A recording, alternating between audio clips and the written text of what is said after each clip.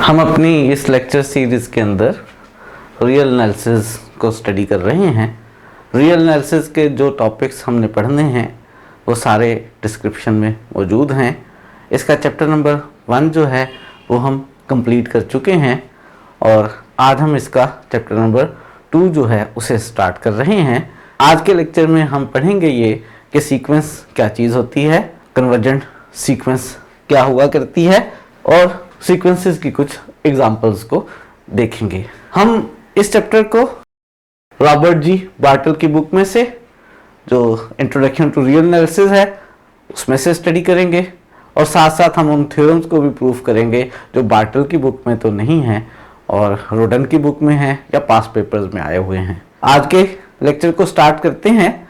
आज हम सबसे पहले बात करने लगे हैं कि सीक्वेंस क्या चीज़ होती है। सीक्वेंस के लिए सबसे पहले हमारे पास एक नॉन एम्प्टी सेट होना चाहिए। फर्ज करें x हमारे पास एक सेट है जो कि नॉन एम्प्टी है और n जो है वो हमारे पास सेट ऑफ नेचुरल नंबर्स है।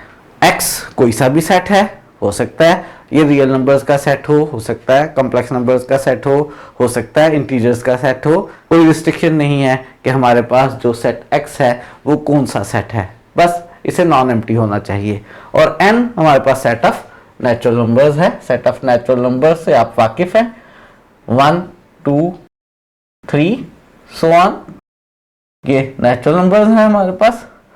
अगर हम एक फंक्शन बनाएं जिसकी domain set of natural numbers हो और रेंज सेट x हो तो हम उस फंक्शन को सीक्वेंस कहेंगे। एक फंक्शन जिसकी domain set of natural number और जिसकी रेंज हमारा नॉन एम्प्टी सेट x हो, हम उस फंक्शन को कहेंगे वो सीक्वेंस है। लेकिन कॉमनली जब हम सीक्वेंस की बात करते हैं तो सीक्वेंस में जो फंक्शन मौजूद होता है उसका नाम हम f नहीं रखा करते, हम उसका नाम कॉमनली x रख लिया करते हैं।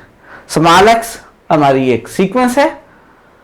सीक्वेंस का मतलब ये है कि ये एक फंक्शन है जिसकी domain set of natural numbers है और रेंज जो है वो कोई सा भी नॉन एम्प्टी सबसेट x है। जब हम इस फंक्शन को स्मॉल x को नेचुरल नंबर 1 पे ऑपरेट करेंगे तो जो x ऑफ 1 होगा हम उसे x ऑफ 1 लिखने की बजाय x1 1 सबस्क्रिप्ट में लिखा करेंगे। जब हम इस x को दूसरे नेचुरल नंबर 2 पर ऑपरेट करेंगे तो x ऑफ 2 को हम x2 लिख लिया करेंगे। जब हम इसी फंक्शन x को तीसरे नेचुरल नंबर 3 पर ऑपरेट करेंगे तो हम x ऑफ 3 को x3 लिख लेंगे और सो ऑन। जब हम इस फंक्शन x को नेचुरल नंबर n पर ऑपरेट करेंगे तो x ऑफ n को हम xn लिख लेंगे। तो हमारे पास जो सीक्वेंस है वो x है। x ऑफ 1 का आंसर हमने x1 रख लिया, x ऑफ 2 का आंसर हमने x2 रख लिया, x ऑफ 3 का आंसर हमने x3 रख लिया और फाइनली हम सिंपली इन आंसर्स को लिख लिया करेंगे। x1 x2 x3 हमारे पास एक फंक्शन स्मॉल x था, स्मॉल x 1 पे ऑपरेट हुआ, आंसर x1 आया, स्मॉल x 2 पे ऑपरेट हुआ, आंसर x2 आया, small x natural number n पे ऑपरेट हुआ, आंसर xn आया। हमने स्मॉल x को इग्नोर कर दिया और इसके आंसर्स को लिख लिया।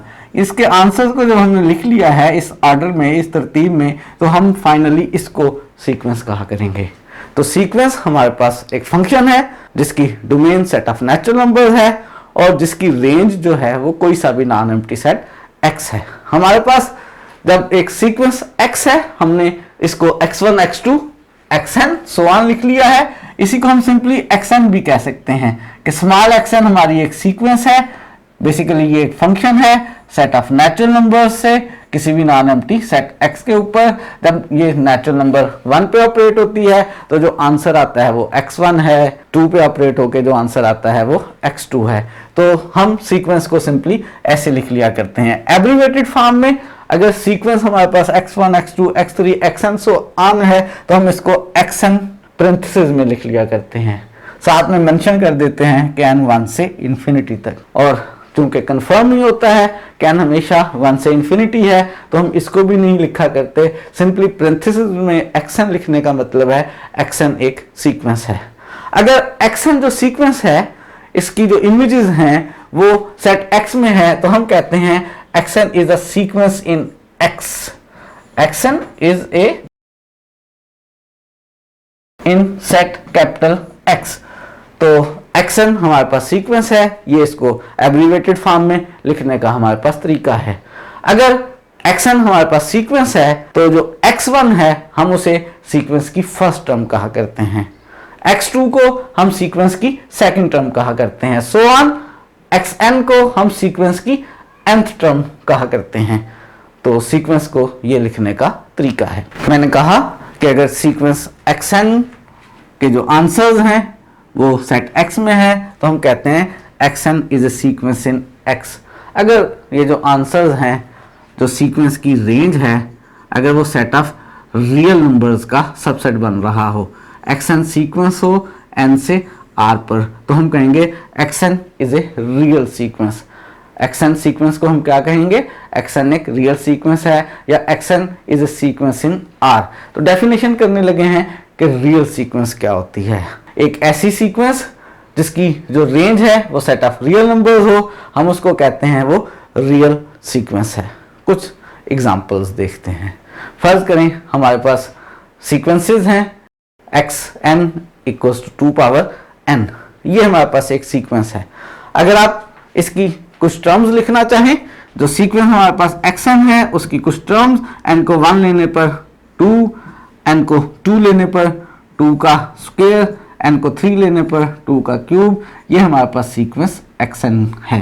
ये इसकी कुछ टर्म्स हैं। इसमें आप देख सकते हैं आंसर्स रियल नंबर्स हैं, यानी ये एक रियल सीक्वेंस है। अब हम इस चैप्टर में जब भी सीक्वेंस की बात करेंगे हमारा मतलब हमेशा रियल सीक्वेंस होगा। एक ऐसी सीक्वेंस जिसके एलिमेंट्स, जिसकी टर्म्स, जिसकी इमेजेस कहां पर हो, रियल नंबर्स में हो, हम कहेंगे वो सीक्वेंस इन R है या हम कहेंगे वो रियल सीक्वेंस है। और हमारी स्टडी हमेशा इस वक्त रियल सीक्वेंसेस की होगी। मैं जिक्र नहीं भी करूंगा तो मैं हमेशा बात कर रहा हूँगा किसकी, रियल सीक्वेंस की बात कर रहा हूँगा। मुझे जब भी किसी ऐसी सीक्वेंस की बात करनी होगी जो रियल नहीं है तो फिर मैं स्पेशली ज़रूर मेंशन करूँगा कि ये कौन सी सीक्वेंस है। अगर मैं कहीं भी कह दूंगा चैप्टर में, इस लेक्चर्स में, कि मेरे पास एक सीक्वेंस xn है तो मेरा मतलब होगा वो सीक्वेंस हमेशा रियल सीक्वेंस है। कुछ और एग्जाम्पल्स देख लेते हैं। अगर हमारे पास सीक्वेंस है n स्क्वायर, xn किसके इक्वल है, n स्क्वायर के, इस सीक्वेंस की कुछ टर्म्स लिख लेते हैं। ये जो सीक्वेंस है xn equals to n square, इसमें n को 1 लें तो फर्स्ट टर्म 1 है, n को 2 लें तो सेकंड टर्म 2 का स्क्वायर, n को 3 लें तो 3 का स्क्वायर और सो ऑन। ये सीक्वेंस की चंद टर्म्स हैं, ये भी एक रियल सीक्वेंस ही है। एक और एग्जांपल देखते हैं। हमारे पास सीक्वेंस है -1 पावर n।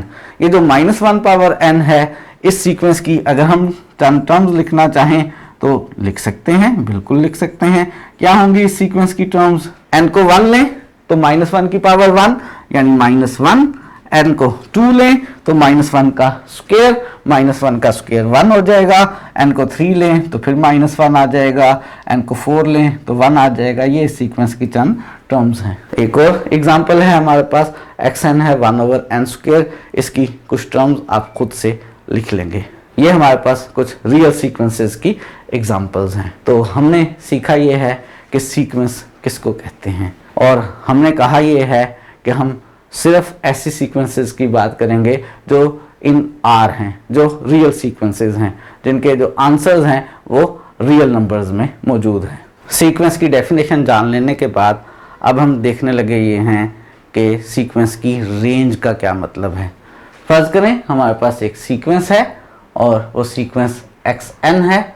अगर इसी सीक्वेंस का हम सेट बना लें, इस सीक्वेंस की जो इमेजेस हैं, इस सीक्वेंस के जो आंसर्स हैं, उन आंसर्स का हम एक सेट बना लें तो उस सेट को हम सीक्वेंस की रेंज कहेंगे। सेट बनाने का क्या मतलब है, इसको एक एग्जांपल की मदद से समझने की कोशिश करते हैं।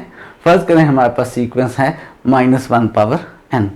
ये जो सीक्वेंस है अगर हम इसकी टर्म्स लिखें तो n को 1 लेने पर इसकी फर्स्ट टर्म -1 है, n को 2 लेने पर 1, n को 3 लेने पर -1, फिर 1, फिर -1। ये एक सीक्वेंस है। इस सीक्वेंस के जो आंसर्स हैं, जो एलिमेंट्स हैं, जो टर्म्स हैं, वो -1 और 1 दो ही हैं। इन -1 और 1 का अगर हम सेट बना लें तो हम उस सेट को कहेंगे वो इस सीक्वेंस की रेंज है। सीक्वेंस में सारी टर्म्स लिखा करते हैं, फर्स्ट, सेकंड, थर्ड, फोर्थ, लेकिन सेट के अंदर क्या किया करते हैं, जब सेट लिखते हैं एक ही एलिमेंट रिपीट हो रहा हो तो उसको दोबारा नहीं लिखा करते। तो किसी सीक्वेंस की जो इमेजेस हैं, जो सीक्वेंस की टर्म्स हैं, उन टर्म्स का अगर हम सेट बना लें तो हम उसे सीक्वेंस की रेंज कहा करते हैं। एक और एग्जांपल देखते हैं, और वो एग्जांपल क्या है, 1/n हमारे पास सीक्वेंस है। इस सीक्वेंस 1/n की जो टर्म्स हैं वो 1, 1/2, 1/3, अगर हम इनको एक सेट में रख लें तो हम उसको इस सीक्वेंस की रेंज कहेंगे। यहाँ पर क्योंकि टर्म्स में कोई भी एलिमेंट रिपीट नहीं हो रहा तो रेंज के अंदर पूरी की पूरी सीक्वेंस ही आ जाएगी। रेंज सीक्वेंस की एक सेट है, जबकि सीक्वेंस खुद क्या है, सीक्वेंस एक फंक्शन है। फंक्शन में हमने डोमेन के हर एलिमेंट का आंसर लिखना है, सीक्वेंस के अंदर हमने उसकी हर टर्म लिखनी है, और ये भी हमने मेंशन करना है कि कौन सी फर्स्ट है, कौन सी सेकंड है, कौन सी थर्ड है। तरतीब भी इंपॉर्टेंट है। और जब हमने सेट लिखना है तो सेट के अंदर हमने एलिमेंट्स को रिपीट नहीं करना होता। सेट के अंदर एलिमेंट्स जो हैं वो बार बार आ रहे हों तो बस हम उन्हें एक ही दफ़ा लिख लेते हैं। जब सीक्वेंस लिखते हैं तो सीक्वेंस की सारी टर्म्स लिखते हैं, चाहे वो टर्म्स सेम ही क्यों ना आ रही हो। फर्स्ट और थर्ड टर्म्स गो के सेम है, लेकिन हमने फर्स्ट टर्म भी लिखी है, थर्ड भी लिखी है, सेकंड भी लिखी है, फोर्थ भी लिखी है, फिफ्थ भी लिखी है, लेकिन जब इसको एज ए सेट बनाएंगे, सीक्वेंस की रेंज बनाएंगे तो उनमें इन एलिमेंट्स को बार बार नहीं लिखेंगे। लेकिन अगर सीक्वेंस की सारी टर्म्स डिफरेंट आ रही हैं तो फिर सीक्वेंस और सेट सेम ही है, लेकिन अभी भी थोड़ा सा फर्क हो सकता है। क्या? सेट के अंदर एलिमेंट्स हम आगे पीछे कर सकते हैं, लेकिन सीक्वेंस की टर्म्स को हम आगे पीछे नहीं करते। हम कहेंगे कि ये सेकंड टर्म है तो उसे सेकंड पोजीशन पर ही लिखेंगे, थर्ड टर्म कहेंगे तो उसे थर्ड पोजीशन पर ही लिखेंगे। अभी तक हमने जो सीक्वेंसेस की एग्जांपल्स देखी हैं, हम उनको कहते हैं कि वो सीक्वेंस की एग्जांपल्स में जो सीक्वेंस का फार्मूला है वो एक्सप्लिसिट फार्मूला है। एक ही फार्मूला है जो सीक्वेंस की सारी टर्म्स को रिप्रेजेंट कर रहा है। ऐसी सूरत में हम कहते हैं हमने सीक्वेंस को एक्सप्लिसिट फार्मूले से रिप्रेजेंट किया है। एक फार्मूला है और उस फार्मूले से सीक्वेंस की सारी टर्म्स मालूम की जा सकती हैं। ऐसा किया जाए, ऐसा फार्मूला मौजूद हो तो हम उसको कहते हैं वो explicit formula of a sequence है। बात का ऐसा फार्मूला नहीं होता, बात का इंडक्टिव फार्मूला होता है। इंडक्टिव फार्मूला किस तरह का होता है? इंडक्टिव फार्मूले की एक एग्जांपल देखते हैं। फर्ज करें हमारे पास सीक्वेंस है, कहा यह गया है कि उसकी फर्स्ट टर्म 2 है, और कहा यह गया है कि उसकी टर्म नंबर n+1 अगर आपने कैलकुलेट करनी हो तो वो टर्म नंबर n और +2 से बनती है। ये इंडक्टिव फार्मूला है। सीक्वेंस की फर्स्ट टर्म हमें गिवन है कि 2 है, सीक्वेंस की सेकंड टर्म मालूम करनी हो, थर्ड टर्म मालूम करनी हो, फोर्थ टर्म मालूम करनी हो, हमेशा कोई सी भी टर्म मालूम करनी हो, वो इस फार्मूले से कैलकुलेट होती है। नेक्स्ट टर्म मालूम करने के लिए प्रीवियस टर्म को इस्तेमाल किया जा रहा है। मुझे टर्म नंबर 2 मालूम करनी है, इसमें n की जगह 1 लिखूं तो लेफ्ट साइड पे टर्म नंबर x2 आ गया, राइट साइड पर n को 1 लिखने से x1 + 2 आ गया, यानी ये मेरे पास x1 को 2 लिख लूं तो 2 + 2 4। सेकंड टर्म 4 है, लेकिन सेकंड टर्म मालूम करने के लिए मैंने इस्तेमाल किया है फर्स्ट टर्म का। अगर मुझे इसकी थर्ड टर्म चाहिए हो तो इस फार्मूले में n की जगह 2 लिखूंगा तो लेफ्ट साइड पे x3 बन जाएगा, राइट साइड पर n को 2 लिखने से x2 + 2, x2 कैलकुलेट कर चुके 4 + 2 यानी 6, थर्ड टर्म 6 है। थर्ड टर्म कैलकुलेट करने के लिए मैंने यूज किया सेकंड टर्म। जब भी इस तरह का फार्मूला हो कि हमें नेक्स्ट टर्म कैलकुलेट करने के लिए प्रीवियस टर्म का इस्तेमाल करना हो तो हम कहते हैं वो इंडक्टिव फार्मूला है। एक और एग्जांपल देख लेते हैं इंडक्टिव फार्मूले की। x1 2 है और xn+1 जो है वो x1 + 1/n है। इस दफ़ा इस फार्मूले से जो सीक्वेंस बन रही है उसकी 3 to 4 टर्म्स आप खुद लिखेंगे कि x1 तो 2 है, x2 क्या है, x3 क्या है, x4 क्या है। तो हमने इस वक्त सीखा ये है कि जो सीक्वेंस के फार्मूलाई हैं वो एक्सप्लिसिट फार्मूलाई हो सकते हैं। एक ही फार्मूला हो सकता है जिस एक फार्मूले से आप सीक्वेंस की हर टर्म मालूम कर सकते हैं, और सीक्वेंस के फार्मूलाई इस शक्ल में भी हो सकते हैं कि कोई सी भी टर्म मालूम करने के लिए हमें उससे प्रीवियस टर्म का इस्तेमाल करना पड़े और फर्स्ट टर्म उसने हमें खुद से दी हुई हो। फार्मूले जो इंडक्टिव फार्मूले हैं वो इससे डिफरेंट वेज में भी हो सकते हैं। हो सकता है उसने हमें फर्स्ट और सेकंड टर्म दी हो, फर्स्ट की मदद से सारी ऑड नंबर्स की टर्म्स मालूम की जा सकती हो और सेकंड टर्म की मदद से सारी इवन नंबर की टर्म्स मालूम की जा सकती हो। इंडक्टिव फार्मूले इससे डिफरेंट वे में भी हो सकते हैं, लेकिन दो तरह के फार्मूलाई में हमें सीक्वेंसेस दी गई होती हैं, एक्सप्लिसिट फार्मूलाई और इंडक्टिव फार्मूलाई की शेप में। और अब हम एक बहुत इंपॉर्टेंट डेफिनेशन सीखने लगे हैं और वो डेफिनेशन ये है कि कन्वर्जेंट सीक्वेंस क्या होती है या सीक्वेंस की लिमिट क्या होती है। फर्ज करें मेरे पास एक सीक्वेंस है 1, 1/2, 1/3, 1/4। अगर मैं इसको पॉइंट्स में लिखना चाहूँ तो ये 1 है, ये 0.5 है, थर्ड टर्म 0.33 सो ऑन है और फोर्थ टर्म 0.25 है और सो ऑन। मैं इंटरेस्टेड इस बात में हूँ कि जैसे जैसे मैं सीक्वेंस की टर्म का नंबर बढ़ा रहा हूँ, क्या ये सीक्वेंस की टर्म्स किसी एक नंबर के करीब होती जा रही हैं।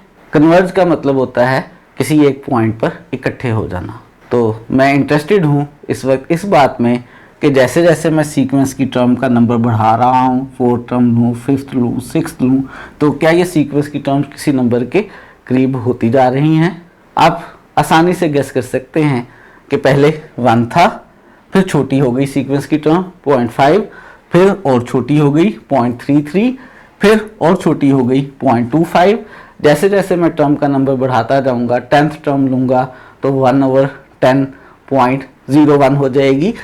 किस सीक्वेंस की बात कर रहा हूँ मैं? सीक्वेंस xn = 1/n की बात कर रहा हूँ।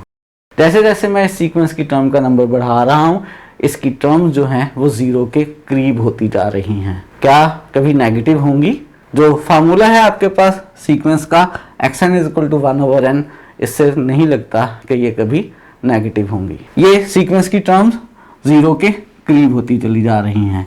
ऐसी सूरत में हम कहेंगे कि ये सीक्वेंस जो है वो 0 को कन्वर्ज कर रही है। जैसे जैसे हम n को बढ़ा रहे हैं, n को इन्फिनिट करते चले जा रहे हैं। n हमारे पास नेचुरल नंबर है, उसको बढ़ाने का मतलब है कि हम बढ़ाते बढ़ाते इन्फिनिटी की तरफ जा रहे हैं। तो हमारे पास जो सीक्वेंस की टर्म्स हैं वो करीब होती चली जा रही हैं, वो कन्वर्ज कर रही हैं, किसको?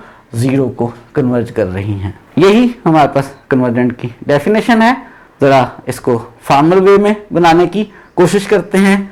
अगर कोई शख्स क्लेम करे कि सीक्वेंस की टर्म्स जो हैं वो किसी नंबर l के करीब हो रही हैं, तो कैसे डिसाइड करेंगे कि सीक्वेंस की टर्म्स वाकई ही l के करीब हो रही हैं? यहाँ पर आप कैसे डिसाइड कर रहे थे कि सीक्वेंस की टर्म्स 0 के करीब हो रही हैं? जब भी दो चीज़ों के करीब होने का डिसीजन करना हो तो हम बेसिकली उनके दरमियान, जब भी हमने दो नंबर्स के करीब होने का डिसाइड करना हो तो हम उन दोनों नंबर्स के दरमियान डिस्टेंस देखा करते हैं। अगर मुझे डिसाइड करना है कि xn l के करीब है तो मुझे xn और l का डिस्टेंस देखना है कि xn l से कितना दूर है। नेगेटिव भी हो सकता है ये डिस्टेंस, ये पॉजिटिव भी हो सकता है। अगर मैं सिर्फ ये देखना चाहूँ कि इनके दरमियान का फासला जो है वो हमेशा पॉजिटिव रेफरेंस में देखना चाहूँ तो मैं xn - l का मॉडुलस ले लूँगा। और अगर xn और l के दरमियान जो फासला है, जो इनके दरमियान डिस्टेंस है, वो बहुत कम हो जाए, 0 के करीब हो जाए, तो इसका मतलब होगा xn l के करीब हो रही हैं। जैसे जैसे हम n को बढ़ाते जाएं, n को इन्फिनिट करते चले जाएं, xn l के करीब होती चली जाएं, जो सीक्वेंस की टर्म्स हैं, सीक्वेंस की टर्म्स xn का और l का जो डिफरेंस है, यानी उनका जो डिस्टेंस है और उसका मॉडुलस जो है वो 0 के करीब हो जाए। अब अगर हमें डिसाइड ये करना है कि xn वाकई ही l के करीब है, 0 के करीब हो गई हैं, इनके डिफरेंस का मॉडुलस 0 के करीब हो गया है, तो कैसे डिसाइड करेंगे? हो सकता है आप सोचें कि अगर इनके डिस्टेंस के डिफरेंस का मॉडुलस 0.1 आ गया तो मैं कहूँगा ये करीब हो गई हैं। हो सकता है कोई दूसरा शख्स कहे कि जब ये जो डिफरेंस है ये 0.001 होगा तब मैं कहूँगा ये दोनों आपस में करीब हैं। किसी तीसरे शख्स के लिए करीब होने का डिसीजन हो सकता है उस वक्त हो जब ये नंबर जो है वो 0.00001 हो, और हो सकता है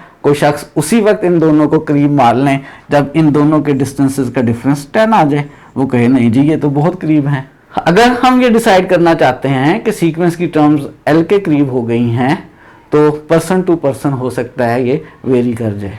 इस वेरिएशन को ख़त्म करने के लिए हमने कहा ये है कि जब भी एक्सन और एल के डिफरेंस का मॉडुलस छोटा हो जाए हर एप्सिलॉन से, हर पॉजिटिव नंबर से, एप्सिलॉन जहां पे कोई पॉजिटिव रियल नंबर है, अगर एक्सन और एल के डिफरेंस का मॉडुलस हर पॉजिटिव नंबर से छोटा हो जाए तब हम कहेंगे कि एक्सन जो सीक्वेंस की टर्म्स हैं एन को इन्फिनिटी करने पर, नंबर ऑफ टर्म्स सीक्वेंस की टर्म का नंबर बढ़ाने पर ये एल के वाकई ही करीब हो रही हैं, बजाय इसके कि हम डिसीजन इस बेस पे करते कि इनके डिस्टेंस का डिफरेंस 0.1 हो गया है तो हम कहते ये करीब हो गई हैं, या 0.01 होने पर कहते करीब हो गई हैं, और हो सकता है कोई शख्स इसको भी ना मानता, वो कहता 0.000001 डिस्टेंस का डिफरेंस इससे कम आएगा तो मैं कहूँगा हाँ ये करीब हो गई हैं, और हो सकता है किसी और शख्स के लिए होता है कि इनके डिस्टेंस का डिफरेंस 10 आ गया तो तब भी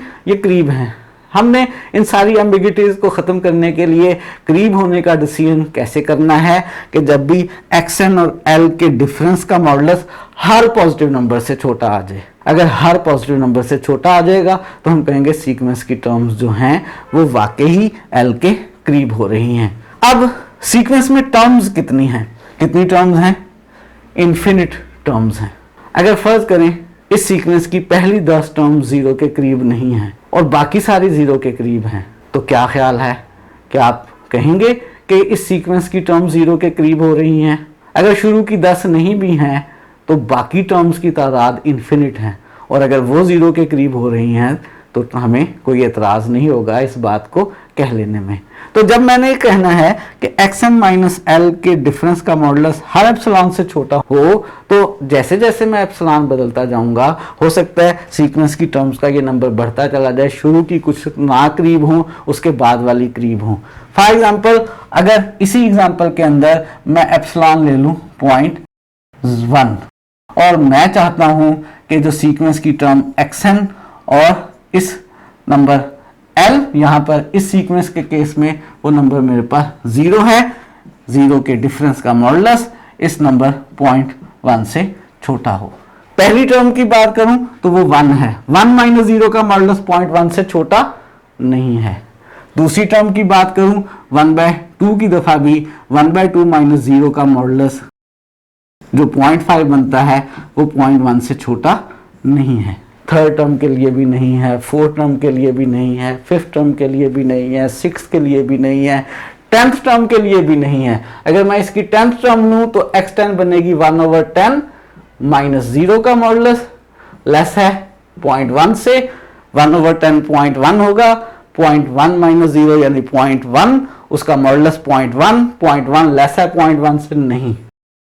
लेकिन अगर मैं टर्म नंबर 11 लूं 1/11 माइनस 0 का मॉडुलस 0.1 से लेस है, जी बिल्कुल ये 0.1 से लेस है। टर्म नंबर 12 लूँ तब भी ये नंबर 0.1 से लेस है।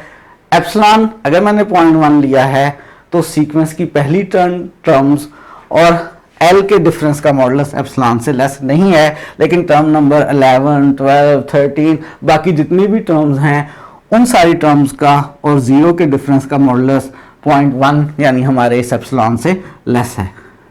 अगर मैं एप्सिलॉन को चेंज कर दूं, एप्सिलॉन को मैं से 0.1 लेने की बजाय 0.01 ले लूं, तो उस सूरत में पहली 100 टर्म्स माइनस 0 का मॉडुलस 0.01 एप्सिलॉन से छोटा नहीं होगा। लेकिन 100 टर्म्स के बाद टर्म नंबर 101, 102 और सो ऑन बाकी जितनी भी टर्म्स हैं, जैसे जैसे आप इन्फिनिटी के करीब चलते चले जाएंगे 1/n माइनस 0 का मॉडुलस इस एप्सिलॉन से लेस हो जाएगा। अगर जो n है जो टर्म नंबर को भी रिप्रेजेंट कर रहा है वो 101 या उससे बड़ा ले लूं। अगर शुरू की कुछ टर्म्स का डिफरेंस l से मॉडुलस लेने पर एप्सिलॉन से छोटा नहीं आ रहा, लेकिन बाद वाली टर्म्स का आ रहा है। जैसे जैसे n इन्फिनिटी के करीब चले जाते हैं तो xn माइनस एल के डिफरेंस का मॉडुलस एप्सिलॉन से छोटा होता चला जाता है और हर एप्सिलॉन की दफा ऐसा नेचुरल नंबर हमें मिल जाता है। मैंने एप्सिलॉन 0.1 लिया तो मुझे नेचुरल नंबर मिला कि टर्म नंबर 11 और उसके बाद ये वाली कंडीशन सेटिस्फाई हो रही है।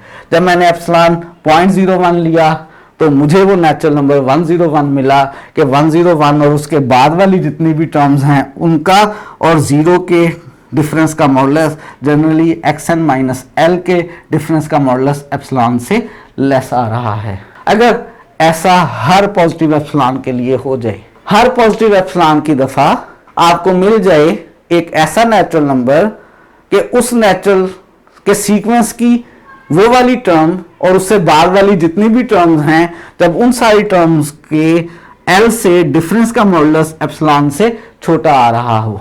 हर एप्सिलॉन की दफा अगर हमें ऐसा नेचुरल नंबर मिल जाए जैसा यहाँ मुझे मिला है, एप्सिलॉन को 0.1 लेने पर टर्म नंबर 11 और उसके बाद जितनी भी टर्म्स आ रही हैं उन सब का और जीरो के डिफरेंस का मॉडुलस एप्सिलॉन से लेस आ रहा है और एप्सिलॉन को 0.01 लेने पर वो n मेरे पास 101 है, यानी टर्म नंबर 101 और उसके बाद जितनी भी सीक्वेंस की टर्म्स हैं उनका और जीरो के डिफरेंस का मॉडुलस एप्सिलॉन से लेस है। जनरली xn माइनस एल का मॉडुलस एप्सिलॉन से लेस है।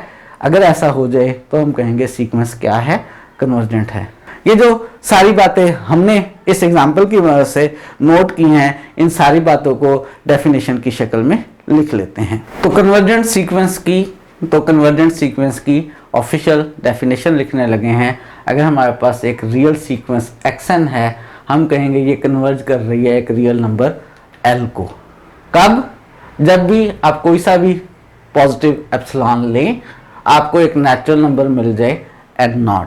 किस तरह का नेचुरल नंबर n0 मिले आपको कि xn और l के डिफरेंस का मॉडुलस उस एप्सिलॉन से छोटा आ जाए जब भी आप सीक्वेंस की टर्म का नंबर n0 लें या n0 से बड़ा लें।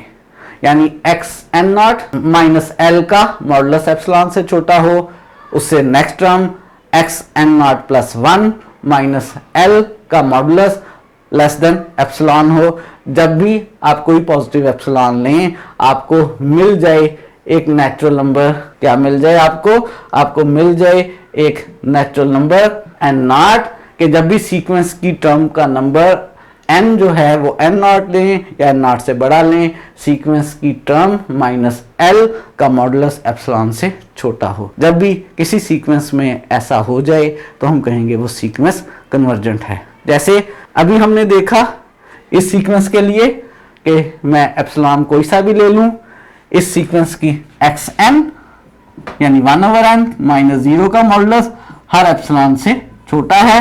हर एप्सिलॉन की दफा मुझे मिल रहा है एक नेचुरल नंबर n0 कि जब भी सीक्वेंस की टर्म का नंबर जो n है वो n0 या उससे बड़ा लूं तो फिर xn माइनस 0 का जो मॉडुलस है वो एप्सिलॉन से छोटा है और ऐसा हर एप्सिलॉन के लिए हो रहा है। इसका मतलब है ये सीक्वेंस कन्वर्जेंट सीक्वेंस है। और ये वाली सीक्वेंस किस नंबर को कन्वर्ज कर रही है? ये वाली सीक्वेंस 0 को कन्वर्ज कर रही है। जब भी कोई सीक्वेंस xn किसी नंबर l को कन्वर्ज करेगी तो हम कहेंगे ये नंबर l उस सीक्वेंस की लिमिट है। और अगर सीक्वेंस xn जो है वो l को कन्वर्ज कर रही है, ये वाली डेफिनेशन सेटिस्फाई कर रही है, तो हम उसको कहा करते हैं कि सीक्वेंस कन्वर्जेंट है और l को कन्वर्ज कर रही है। और जो l होता है हम उसे सीक्वेंस की लिमिट कहा करते हैं। और ऐसी सूरत में हम लिखा कैसे करते हैं? हम लिखा ये करते हैं कि xn अप्रोचेस टू l।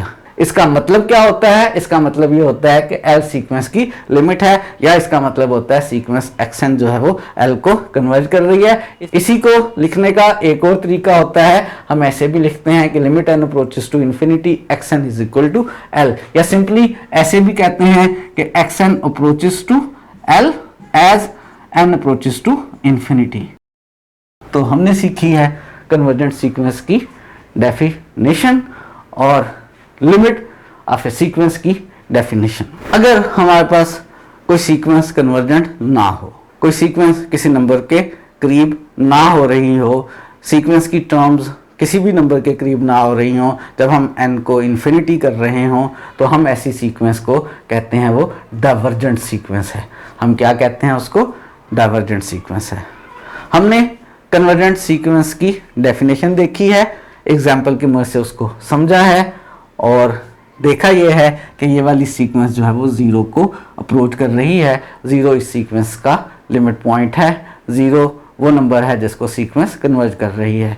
लेकिन ये जो मैंने एग्जांपल्स की मदद से आपको दिखाया है कि ये सीक्वेंस ज़ीरो के करीब हो रही है, जब भी मैं कोई एप्सिलॉन लेता हूँ तो मुझे एक नेचुरल नंबर n नॉट मिल जाता है कि सीक्वेंस की टर्म का नंबर n जब भी n नॉट या उससे बड़ा लूँ, सीक्वेंस की टर्म और l के डिफरेंस का मॉडुलस एप्सिलॉन से कम हो रहा है।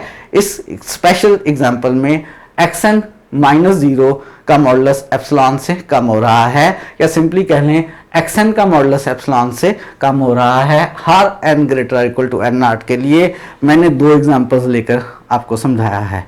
एप्सिलॉन 0.1 लेकर ऐसा नेचुरल नंबर n नॉट ढूंढ कर दिया है और एप्सिलॉन 0.01 लेकर भी ऐसा नेचुरल नंबर ढूंढ कर दिया है। लेकिन हमने ये बात कितने एप्सिलॉन के लिए करनी है? हमने ये बात एवरी पॉजिटिव एप्सिलॉन के लिए करनी है।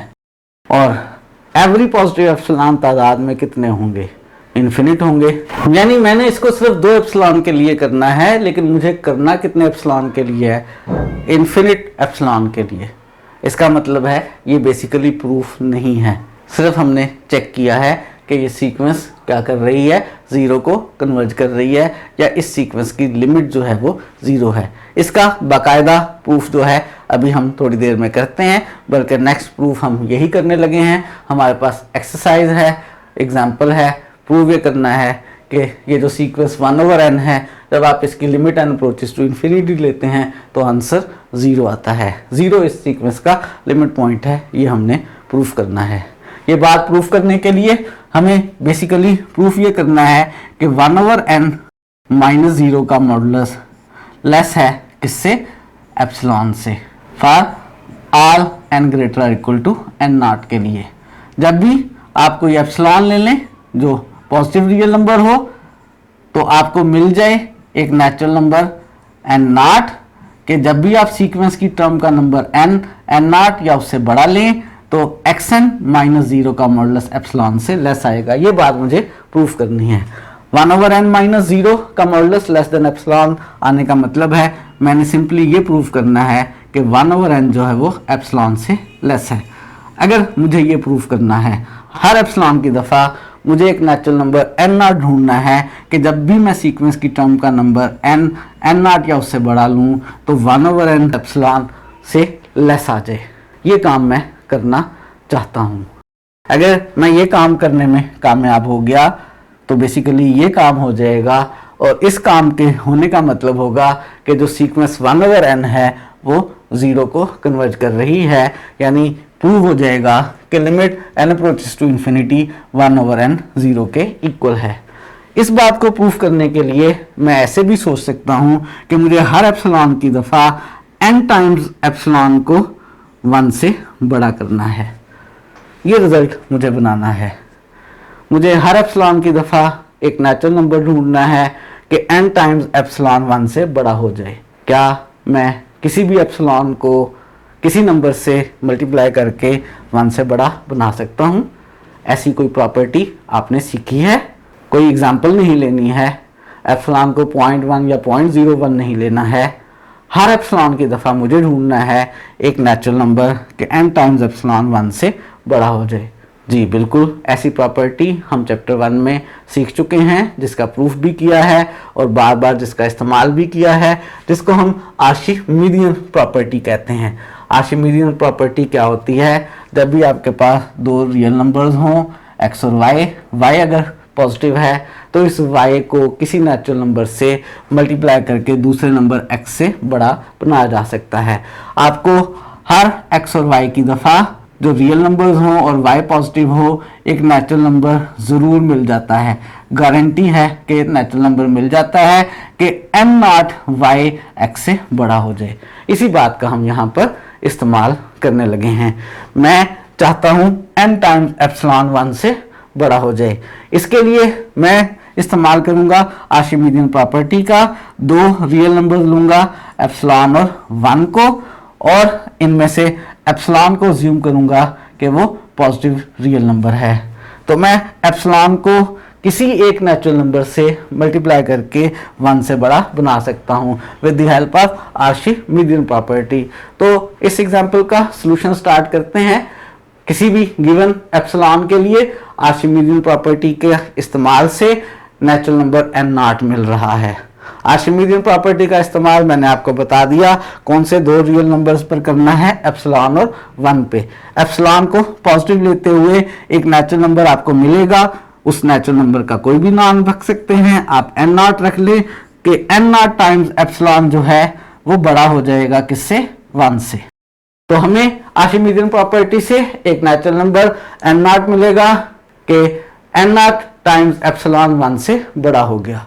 प्रूव मुझे क्या करना है, प्रूव मुझे करना है 1/n एप्सिलॉन से छोटा है। यहां से n0 को राइट साइड पर ले जाएं तो प्रूव हो जाएगा कि 1/n0 जो है वो एप्सिलॉन से लेस है। ये एक नेचुरल नंबर है और मुझे प्रूव करना है कि 1/n एप्सिलॉन से लेस है हर नेचुरल नंबर के लिए। वो नेचुरल नंबर n किसी एक नेचुरल नंबर n0 से ग्रेटर और इक्वल हो। फिलहाल प्रूव ये हुआ है कि 1/n0 एक खास नेचुरल नंबर n0 के लिए 1/n0 एप्सिलॉन से छोटा है। बात मुझे प्रूव करनी है हर नेचुरल नंबर n के लिए जो n0 से ग्रेटर और इक्वल हो। अगर मैं कोई सा भी नेचुरल नंबर n लूं जो n0 से ग्रेटर और इक्वल है, 1/n0 और ये n उधर जाकर 1/n, तो यहां से बन जाएगा रिजल्ट कि 1/n laser equal to 1/n0 है। 1/n 1/n0 से लेसर इक्वल है, 1/n0 एप्सिलॉन से लेस है। इन इनक्वालिटीज 1 और 2 को मिला लें आपस में। इनको मिलाएंगे तो आप कह सकते हैं 1/n लेस है किससे, एप्सिलॉन से। 1/n लेस है एप्सिलॉन से। लेकिन कौन कौन से n के लिए, हमने कौन कौन से n लिए हैं, वो सारे n लिए हैं जो n0 या उससे ग्रेटर हैं। 1/n एप्सिलॉन से लेस का मतलब है 1/n - 0 का मॉडुलस एप्सिलॉन से लेस है।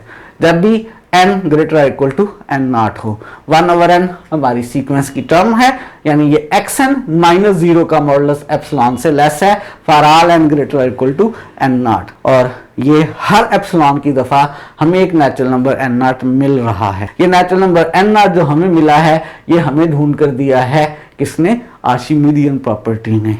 आर्शिमीडियन प्रॉपर्टी से हमें एक नेचुरल नंबर मिल गया है हर पॉजिटिव एप्सिलॉन की दफा के सीक्वेंस की टर्म xn - 0 का मॉडुलस एप्सिलॉन से लेस है जब भी सीक्वेंस की टर्म का नंबर n0 या ग्रेटर n0 या उससे ग्रेटर हो। यही रिजल्ट हम प्रूफ करना चाहते थे। इस रिजल्ट के प्रूफ करने से क्या नतीजा निकल आया कि limit n approaches to infinity 1/n किसके इक्वल है, 0 के इक्वल है।